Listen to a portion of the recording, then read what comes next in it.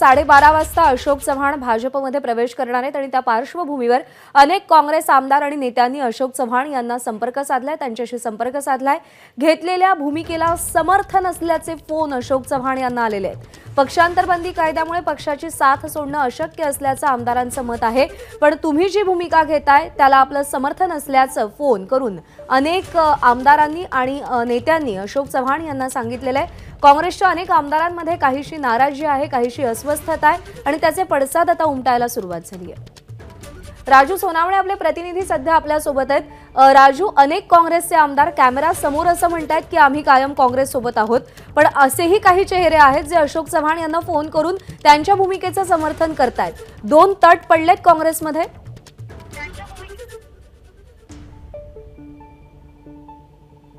अगदी तसं म्हणता येईल, कारण आताची परिस्थिती पाहिली तर खरं तर कोणालाही भूमिका स्पष्ट करणं जे आहे ते परवडणारं नाहीये। अनेक जणांनी जे आहे ते काल आमदार असतील किंवा नेते असतील अशोक चव्हाण यांनी राजीनामा दिल्यानंतर त्यांना फोन केलेला होता आणि आम्ही तुम्हाला समर्थन देतो, तुम्ही घेतलेला निर्णय जो आहे तो योग्य आहे, अशा प्रकारची भूमिका अशोक चव्हाण यांच्याकडे मांडताना पाहायला मिळाली। मात्र आमदारांनी सांगितलं आहे की आता लगेच आम्हाला पक्ष सोडता येणार नाही, कारण पक्षांतर बंदीचा कायदा आहे आणि त्यानुसार आमच्यावरती कारवाई होऊ शकते, त्यामुळे योग्य वेळी जे आहे आम्ही तुमच्यासोबत येऊ, अशा प्रकारचं जे आहे ते आश्वासन अशोक चव्हाण यांनी दिलेलं आहे। कारण एकीकडे काँग्रेस सुद्धा आक्रमक झालेली आपल्याला पाहायला मिळते, कारण जर असा कोणी आमदार आढळला तर त्याच्यावरती कारवाई सुद्धा पक्षाकडून केली जाऊ शकते, त्यामुळे आता उघडपणे फार कोणी यावरती बोलायला तयार नाहीये। मात्र आज जो प्रवेश होणार आहे त्यामध्ये अमर अंधापूरकर जे आहेत ते माजी आमदार आहेत आणि अशोक चव्हाण यांचे समर्थक आहेत, हे त्यांच्यासोबत जाणार आहेत। मात्र इतर कोणीही नेता किंवा आमदार जे आहे ते जाणार नाही। मात्र आमचं तुम्हाला समर्थन आहे आणि योग्य वेळी आम्ही निर्णय घेऊ, अशा प्रकारचं जे आहे ते सांगण्यात आलेलं आहे।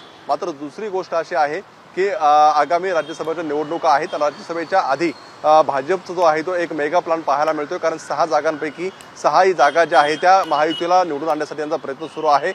काँग्रेसला 1 जागा निवडून येता येऊ शकते, मात्र सध्याची परिस्थिती पाहिली तर ती आता जी आहे ती मोठी प्रमाणावरती चिंताजनक आहे। कारण जरी आता कोणी आमदार गेले नाही तरी क्रॉस वोटिंग जे आहे ते होण्याची दाट शक्यता आहे, त्यामुळे भाजपचं सुद्धा आता वेगवेगळे प्लॅन सुरू आहेत आणि त्यासोबत कुणीही फुटू नये। बरोबर आहे, म्हणजे एकूणच राज्यसभेची निवडणूक या प्रवेशानंतर तर अत्यंत चुरशीची होणार आहे, आव्हानात्मक असणार आहे काँग्रेससाठी सुद्धा आणि इतर घटक पक्षांसाठी सुद्धा। आणि सध्या जी काही दरी वाढत चाललेली आहे ती दरी मिटवणं हे खूप मोठं आव्हान काँग्रेस पक्षश्रेष्ठींसमोर दिसून येत आहे। राजू, धन्यवाद दिलेल्या माहितीसाठी। एबीपी माझा, उघडा डोळे बघा नीट।